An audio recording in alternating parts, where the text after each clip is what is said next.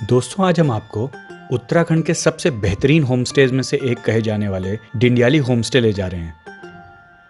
पढ़ाई पूरी करने और देश विदेश में नौकरी करने के बाद अरविंद नैथानी जब उत्तराखंड में अपने गांव लौटे तो पहाड़ की हवाओं ने उन्हें बहुत कुछ याद दिलाया। जो अपने सपनों के पंख लगाकर परिंदों की तरह उड़ जाने वाला हर पहाड़ी युवा भूल जाता है। पहाड़ों की ताज़ी हवा, गांव के लोगों का अपनापन, गदेरों का मीठा पानी। अरविंद जी को एकदम एहसास हुआ कि गांव छोड़कर उन्होंने अपनी अगली पीढ़ी को अपनी जड़ों से अलग कर दिया है। ख्याल आया कि दिल्ली बंबई में रहकर अगली पीढ़ी कैसे पहाड़ के चैसू भात का आनंद ले पाएगी, कैसे हमारे बच्चे कभी झंगोरे की खीर का स्वाद जान पाएंगे।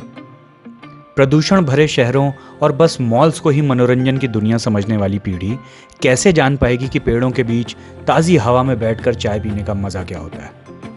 बस अरविंद जी ने ठान लिया कि वो एक ऐसा होमस्टे बनाएंगे जहां युवाओं को पहाड़ की संस्कृति, रहन सहन और खान पान से जुड़ने का मौका मिले। और इसी विचार के फलस्वरूप देहरादून के सीरियो गांव में डिंडियाली होमस्टे का जन्म हुआ। डिंडियाली होमस्टे देहरादून शहर से कुछ 24 किलोमीटर दूर एयरपोर्ट रोड पर पड़ता है। आप गूगल मैप्स के जरिए आसानी से यहाँ पहुँच सकते हैं। नमस्कार दोस्तों, उत्तराखंड और हिमाचल के सभी पहाड़ी क्षेत्रों में होम स्टेज का बहुत ज़्यादा चलन चल रहा है।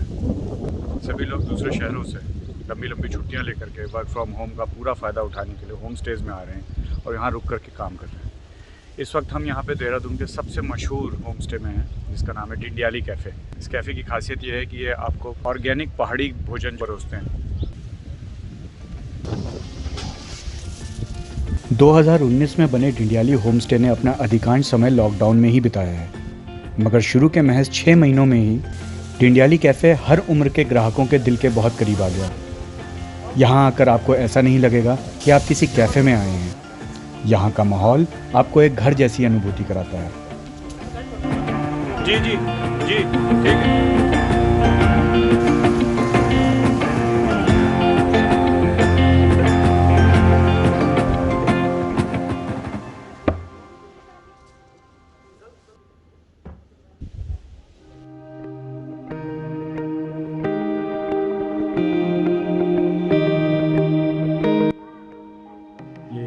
मेडिटेशन रूम है।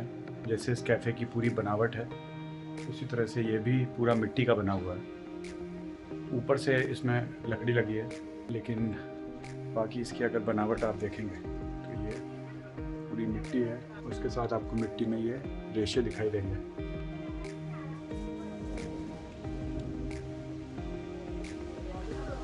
ये पहाड़ी स्टाइल में छोटी छोटी इसमें खिड़कियाँ।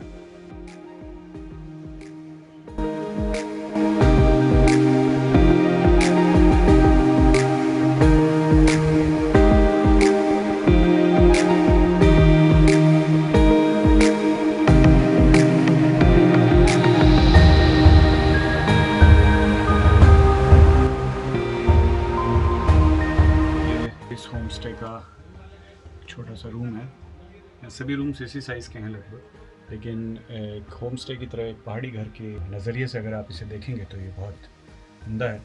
2 बेड्स हैं यहाँ पे, ठीक अच्छे साइज़ के हैं, इसमें आप आराम से सो सकते हैं। और ये काफ़ी ठंडा है। ऊपर जिसमें वुड दिया हुआ है, इसके ठीक ऊपर वो मेडिटेशन रूम है जो मैंने आपको अभी दिखाया।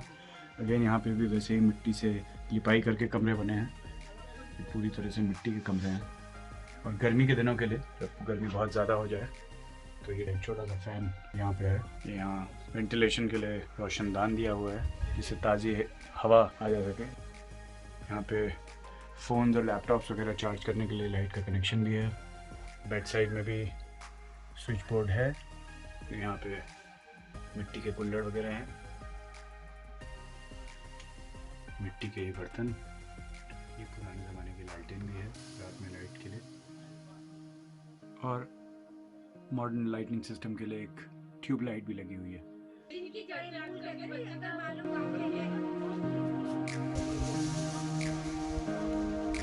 आप जब भी डिंडियाली होमस्टे आएँ तो यहाँ से बने ताज़े मुलायम अरसे और बिस्कुट जैसे रोट ले जाना ना भूलें। ऑर्गेनिक सामान में आप यहाँ से मंडुए का आटा, गहत की दाल, पहाड़ी राजमा, हल्दी इत्यादि भी खरीद सकते हैं।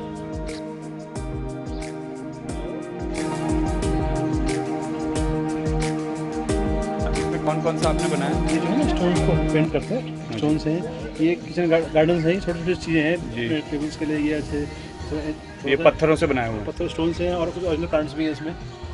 ये ट्रे गार्डनिंग कहते हैं इसको, ट्रे गार्डनिंग होता है ना छोटा सा, हमारे जो जितने मंदिर होते हैं पहाड़ के, उसी की एक शैली है, तो उसको एक कहा गया भाई इस तरह हमारे कल्चर ट्रेडिशनल हमारा कुछ होता है। कोशिश ये की गई है कि अपनी संस्कृति को पुनः जो है स्थापित किया जाए। कम से कम बच्चे जो हमारे जो बेचारे माइग्रेट कर गए हैं, बाहर हो गए हैं, पहाड़ों से कल्चर दूर है, तो पास में आके देख सके, फील ले सके कि हमारे पहाड़ की संस्कृति क्या आती है। और ज़रूरी भी है बॉस कि कहीं ना कहीं हमें अपने विलुप्त संस्कृति को वापस लाना है, रूट से जुड़ना पड़ेगा ना, करेक्ट। हम आप शुरू से यहीं थे? आप नहीं, मैं भी बेसिकली मैं भी जॉब में था, मैं भी MBA MSc करने के बाद जॉब में था। अच्छा। मैं भी माइग्रेट हो गया था, आउट ऑफ कंट्री भी रहा, आउट ऑफ स्टेट भी रहा। तो ये सोचा दिमाग में कि जब लौट के आया कि कुछ ऐसा करूं कि जो इस संस्कृति ने उत्तराखंड ने दिया मुझे, उसको लौटा पाऊँ मैं।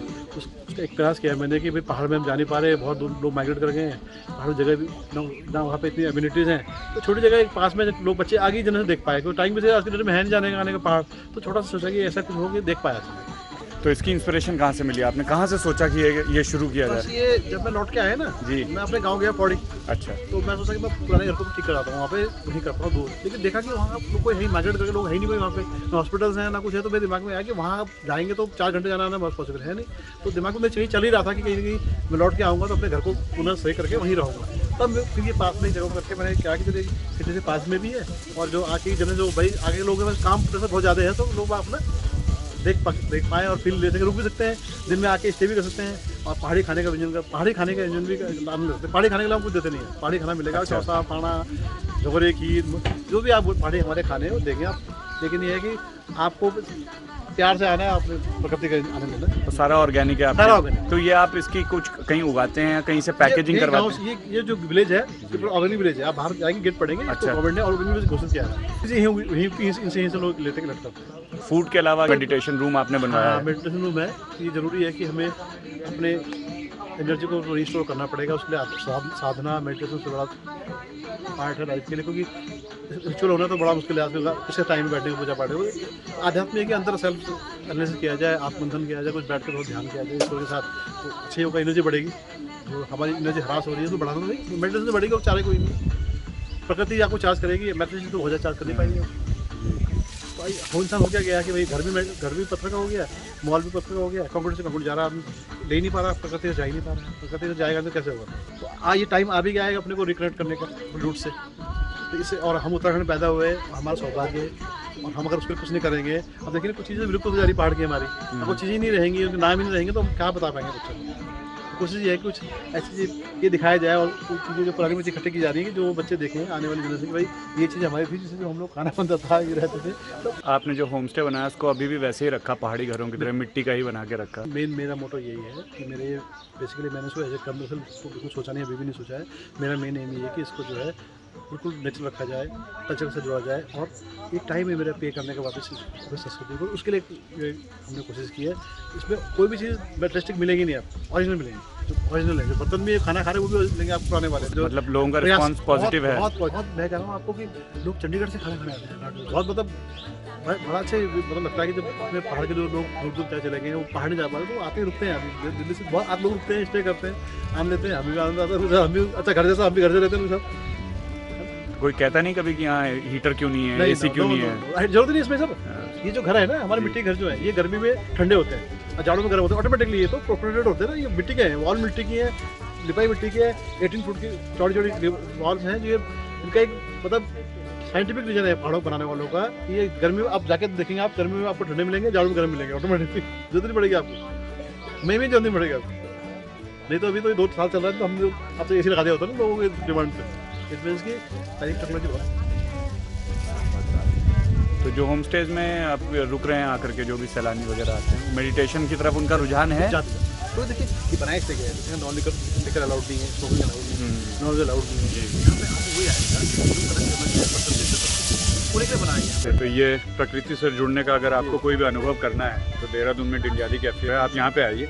वीकेंड्स पे अगर आप आएंगे तो यहाँ पे आपको बहुत भीड़ मिलेगी, तो हो सकता है आपको वापस जाना पड़ जाए, इसलिए वीकडेज में आप यहाँ पर आएँ तो वीकडेज में आपको बहुत आराम से खाना वगैरह की सुविधा और जगह भी मिलेगी। और अपने संस्कृत जुड़े और कुछ समय अपने को दें और ध्यान करें, मेडिटेशन करें और कनेक्ट करें प्रकृति से, तो आपको खुद करें। दोस्तों, हम अपने आने वाले व्लॉग्स में आपको दिखाएंगे कि डिंडियाली कैफ़े में रहने और खाने का हमारा एक्सपीरियंस कैसा रहा। आज का हमारा ये व्लॉग आपको कैसा लगा हमें कमेंट सेक्शन में ज़रूर बताएं। साथ ही अगर आपको हमारा वीडियो पसंद आया तो हमें सब्सक्राइब करना ना भूलें।